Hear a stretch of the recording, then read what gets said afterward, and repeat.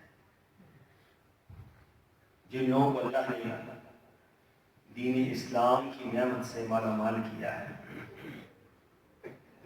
اور پھر اس میں دین کا فہم عطا کیا ہے,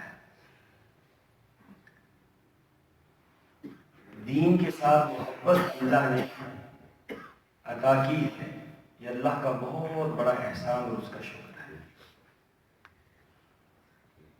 ہمارے لیے کوئی بات نہیں ہوتی, ہمارے لیے کوئی مسئلہ نیا نہیں ہوتا, ہمارے لیے کوئی بیماری اجنبی نہیں ہوتی,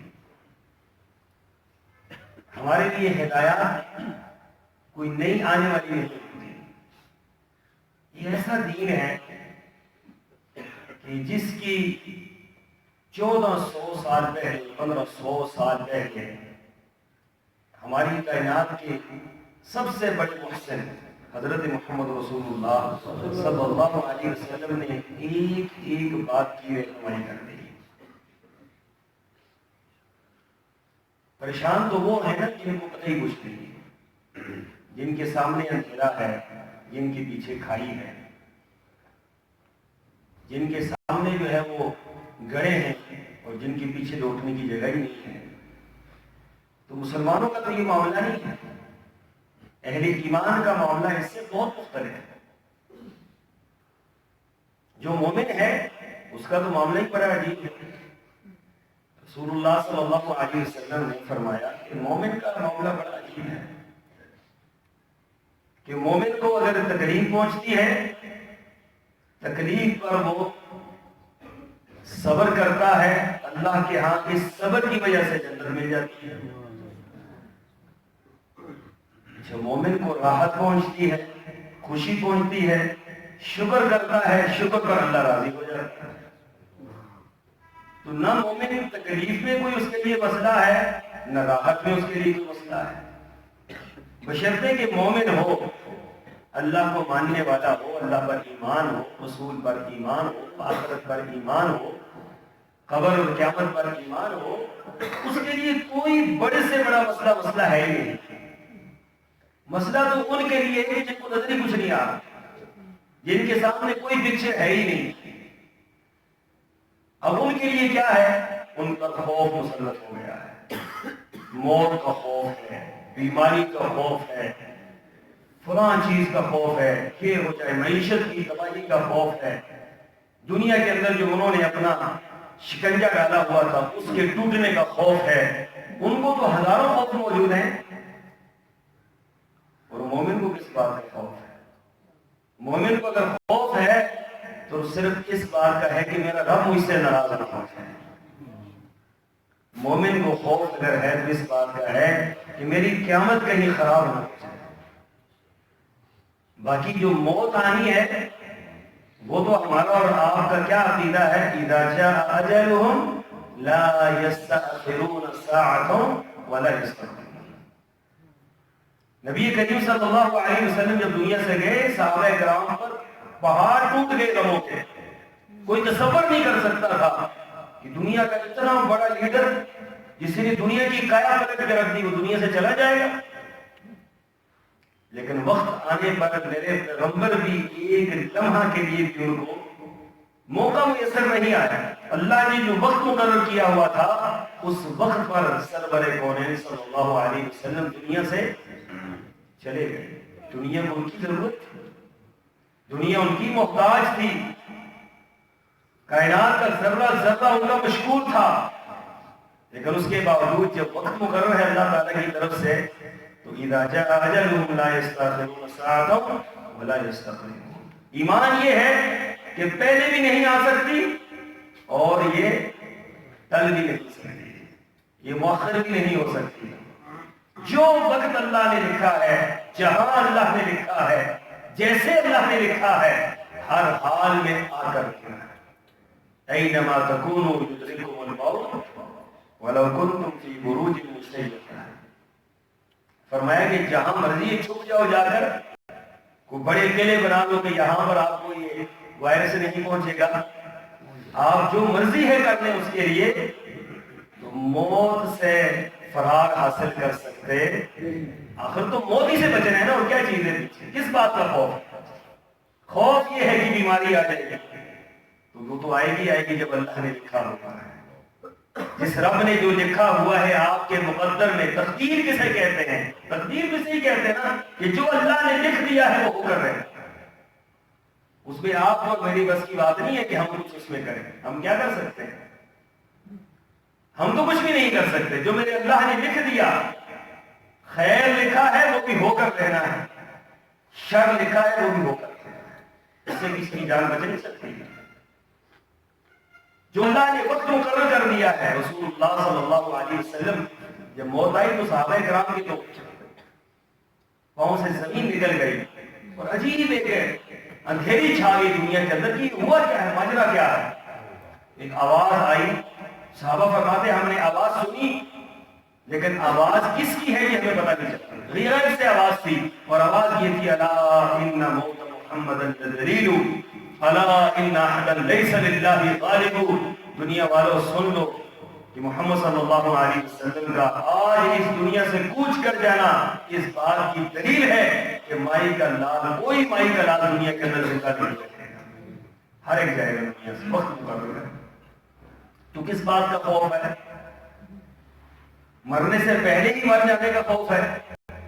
یہ خوف ہونا چاہیے کہ ہم نے آخرت کی تیاری نہیں کی، یہ خوف ہونا چاہیے کہ میرا عقیدہ اگر درست نہیں ہے، یہ خوف ہونا چاہیے کہ میرا سنت کے ساتھ تعلق مضبوط نہیں، یہ خوف ہونا چاہیے کہ میری نمازیں مکمل نہیں ہیں، یہ خوف ہونا چاہیے کہ میرے روزے رہ گئے ہیں، یہ خوف ہونا چاہیے کہ میری زکات کہیں درم برم نہ ہو، یہ خوف ہونا چاہیے میرے اوپر حج فرض تھا میں وہ نہیں کر سکا، اللہ کے احکامات کی تکمیل نہیں کر سکا۔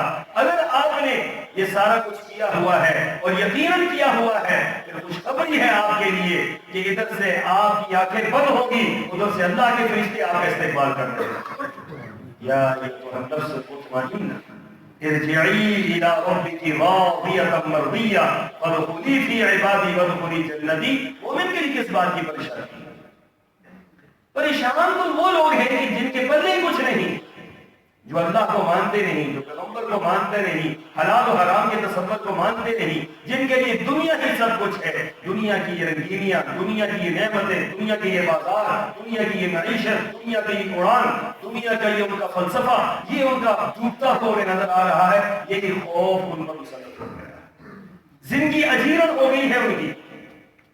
ہماری اور آپ کی جو مومن مایوس تو کبھی نہیں ہوتا، وَلَا تَيْأَسُوا مِن رَوْحِ اللَّهِ۔ کبیرہ گناہوں میں بھی بڑا گناہ ہے کہ بندہ مایوس ہو جائے۔ کیا دنیا میں پہلی مرتبہ یہ بیماریاں آئی ہیں؟ پتہ نہیں ہمارے جو لوگ میڈیا پر بیٹھتے ہیں وہ اللہ کا خوف نہیں ہے کہ لوگوں کے اندر خوف اور دہشت پھیلا دی ہے، پتہ نہیں کیا ہونے والا ہے اور کیا ہو جائے گا۔ بے فکر ہے انشاءاللہ کچھ بھی نہیں ہوگا، انشاءاللہ جو وقت مقرر ہے وہی ہوگا، جب مقرر ہے اسی وقت ہوگا، جہاں مقرر ہے اسی وقت ہوگا۔ رسول اللہ صلی اللہ علیہ وسلم کی تعلیمات ہمارے سامنے ہیں۔ طاعون سے بڑی بیماری تو کوئی بھی نہیں، طاعون جس کا حدیث کے اندر ذکر ہے کہ کافر کے لیے اللہ کا عذاب اور مومن کے لیے اللہ کی رحمت ہے۔ کافر کے لیے اللہ کا عذاب ہے، مومن کے لیے اللہ کی رحمت ہے۔ یاد رکھیں وقت پر موت آ جانا اور صحیح حالات میں موت آ جانا اور جنازہ پڑھے جانا اور آرام سے سکون سے دفنائے جانا اور دنیا سے سکون کے ساتھ چلے جانا، یہ بھی اللہ کی طرف سے بہت بڑی نعمت اور رحمت ہے۔ اب یہ اپنے جنازے نہیں دفنائیں گے، دیکھ لیجیے یہ کیا کریں گے، یہ اٹھا کے ان کو ہاتھ نہیں لگائیں گے، یہ سمندروں میں پھینکتے جائیں گے، کوئی جلا دے گی ان کی لاش۔ اب دیکھ لیجیے کہ ان کا حال کیا بن گیا ہے۔ ایک مہینے سے جہاز کھڑا ہے سمندر میں، اسے لنگر انداز نہیں ہونے دیا جا رہا جاپان میں کہ یہ کہیں ہمارے ادھر کرونا وائرس کہیں ہمارے یہاں داخل نہیں ہو جائے۔ اور ہم بھی یہی، ہماری بھی بخلا گئی ہے حکومت، ہماری بھی، ان کو بھی نہیں سمجھ آ رہی ہم یہ کر دیں گے، ہم وہ کر دیں گے، آنے نہیں دیں گے، جانے نہیں دیں گے۔ اللہ کے بندو آپ کے اس سے کہ اللہ کے فیصلے بدل جائیں؟ آپ کے معاملات سے اللہ کے فیصلے نہیں بدلتے. اللہ کا جو فیصلہ ہے وہ ہو کر رہنا ہے. یہ وبائی امراض یہ اللہ تعالیٰ کی طرف سے الٹیمیٹم ہوتے ہیں. یہ آج کی پہلی مرتبہ تو کوئی وبائی امراض نہیں آئے. چیچک کا ایک معاملہ تھا. آپ بڑے بزرگ جانتے ہوں گے کہ صبح کو چیچک نکلتی تھی, شام کو بندہ مر جاتا.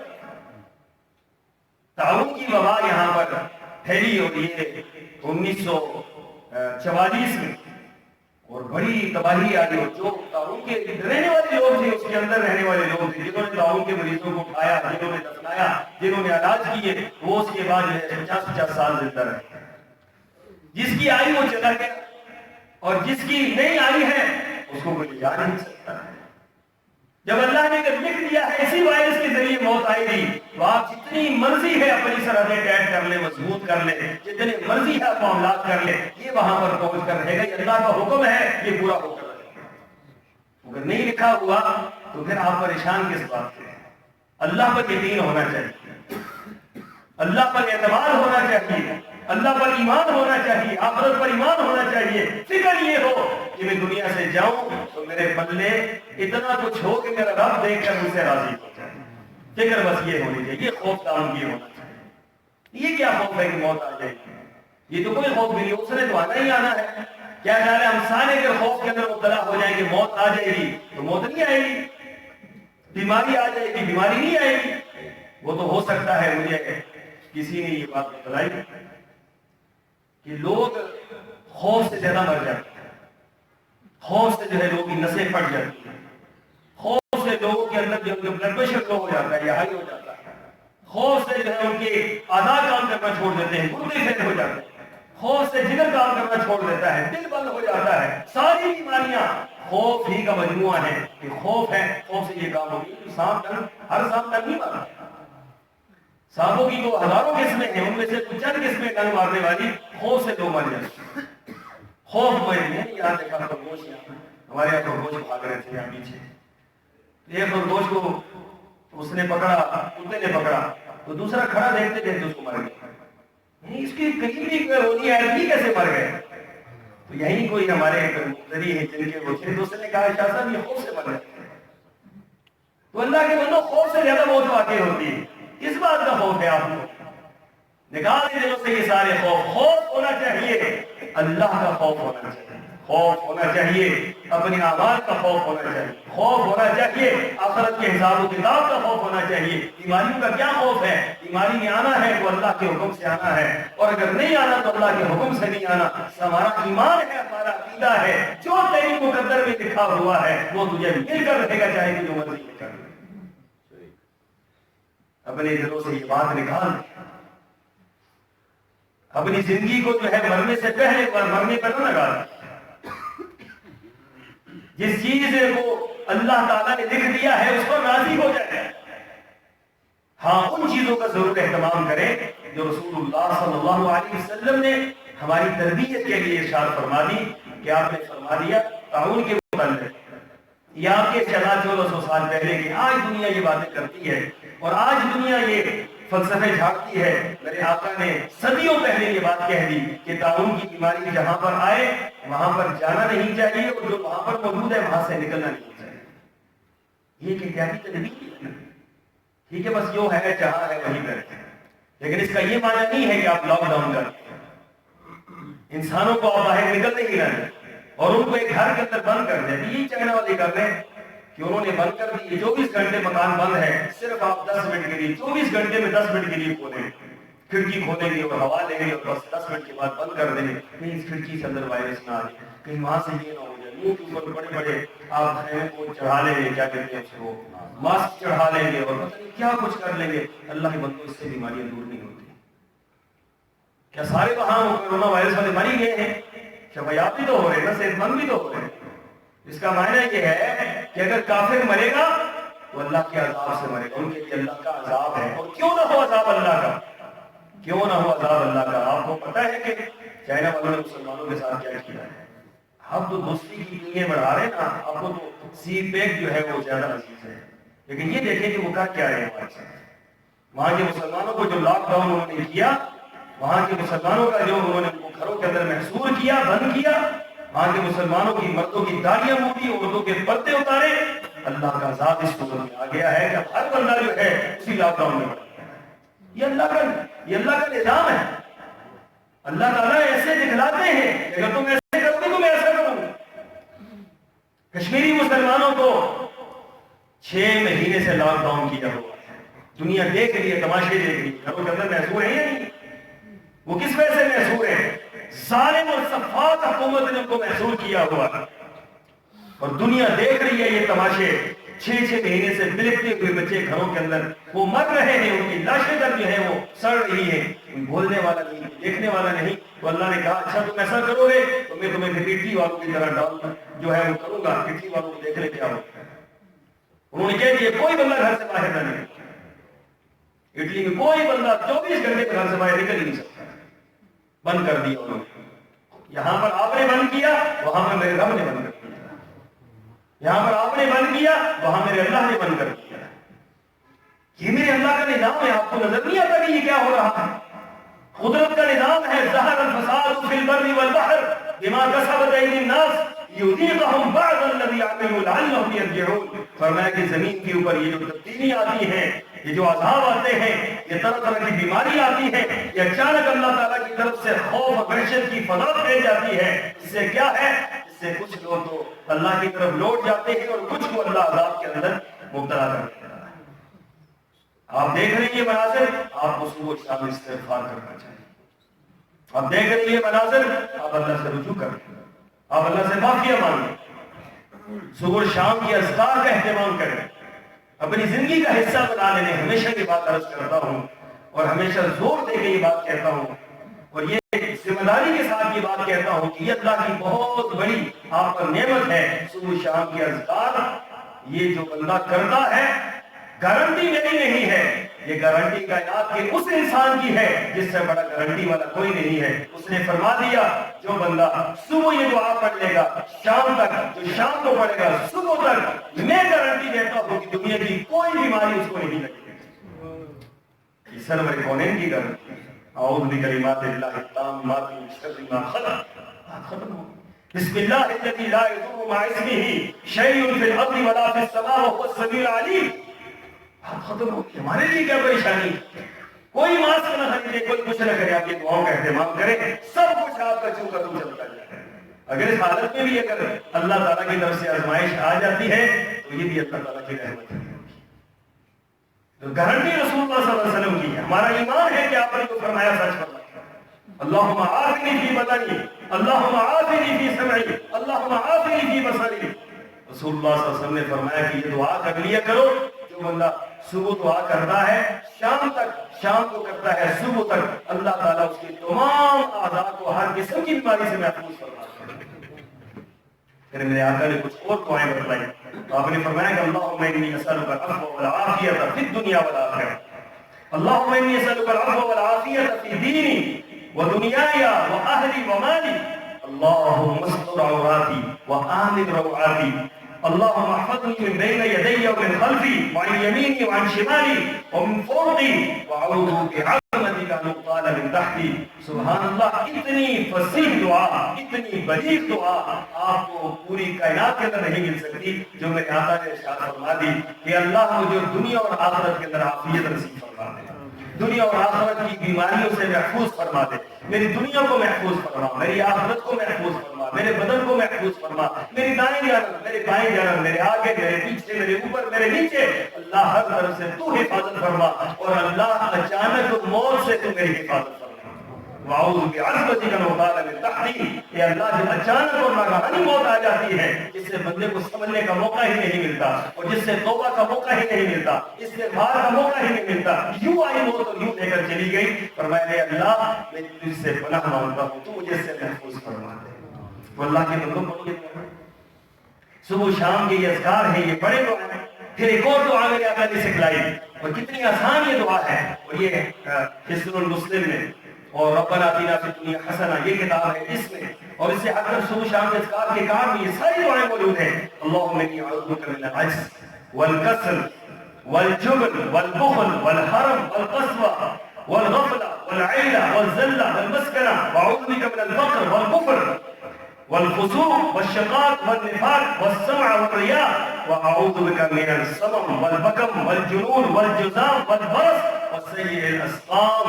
میرے آقا فرما رہے ہیں ہر ایک بیماری کا نام لے کے فرمایا اللہ میں اس بیماری سے پناہ مانگتا ہوں.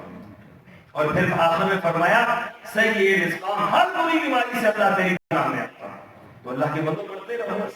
یہ رسول اللہ صلی اللہ علیہ وسلم نے یہ دعائیں سکھلائی، ایک ایک دعا کا نام، ایک ایک بیماری کا نام لے کر سکھلایا. برس ہے، جنون ہے، جزام ہے، چلنا ہے، فلاں ہے، ساری بیماریوں سے سرور صلی اللہ علیہ وسلم نے دعا سکھلا دی کہ یہ دعا پڑھو اللہ تعالیٰ تمہیں محفوظ کر دے گا. اور پھر ایک اور بات بھی کرے، جب پریشانی آئی ہو نا اجتماعی طور پر، تو اجتماعی طور پر توبہ اور استغفار کرنا ہے.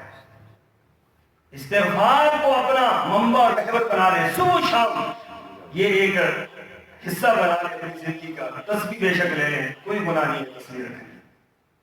صحابہ اکرام سے تسبیح رکھنی ثابت ہے. ہاتھ میں رکھنا جو ہے یہ درست نہیں ہے. جیبوں کے اندر آپ رکھ سکتے ہیں اور آپ اس کو جس وقت ضرورت پڑے آپ اس وقت پڑھ سکتے ہیں.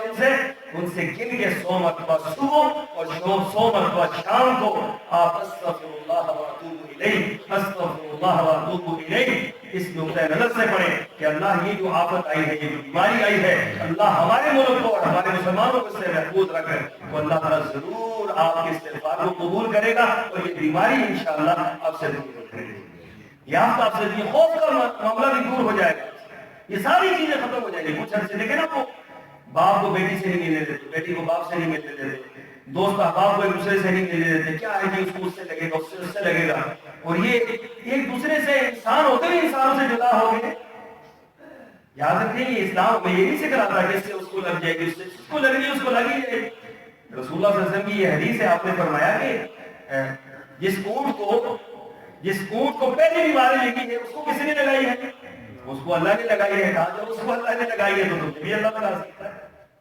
تو ایسا نہیں ہوتا کہ بیماریاں جو ہے وہ منتقل ہوتی ہیں. یہ فلسفہ کافروں کا ہے، مسلمانوں کا جو فلسفہ ہے یہ فلسفہ ہے ہی نہیں ہے کہ اس سے دور ہو، اسے چھوڑ دو، اس کی تیمارداری بھی نہ کرو. یہ سارے کا سارا نظام کدھر جائے گا؟ تیمارداری کا، بیمار کی عیادت کا، بیمار کے پوچھنے کا، بیمار کی دیکھ بھال کا. بیمار کو آپ صحت مند آدمی کو آپ ایک کمرے کے اندر بند کر دو، مر جائے گا. بیمار تو ویسے ہی مر جائے گا. یہ قدرت کا انتقام ہے. یہ میں جو آیت آپ کے سامنے پڑھ چکا ہوں. اللہ اکبر. ضرب اللہ مثلا قریۃ كانت آمنۃ مطمئنۃ یأتیہا رزقها من کل مکان. کہ اللہ تعالیٰ نے ایک مثال بیان کی اور یہ مثال مکہ کا مکرمہ کی. یہ دنیا کی سب سے عظیم بستی کی مثال ہے. فرمایا کہ اللہ تعالیٰ نے ان کو ہر طرح سے رزق کی فراوانی دی. فکفر بنعمۃ اللہ، اللہ کی نعمتوں کی ناشکری کی. ہر طرح کی نعمتوں سے اللہ نے نواز رکھا تھا. چائنا والوں کو کون سی نعمت نہیں تھی؟ کوریا والوں پر کون سی نعمت نہیں تھی؟ جاپان والوں پر کون سی نعمت نہیں؟ ہر نعمت اللہ نے دی ہوئی تھی.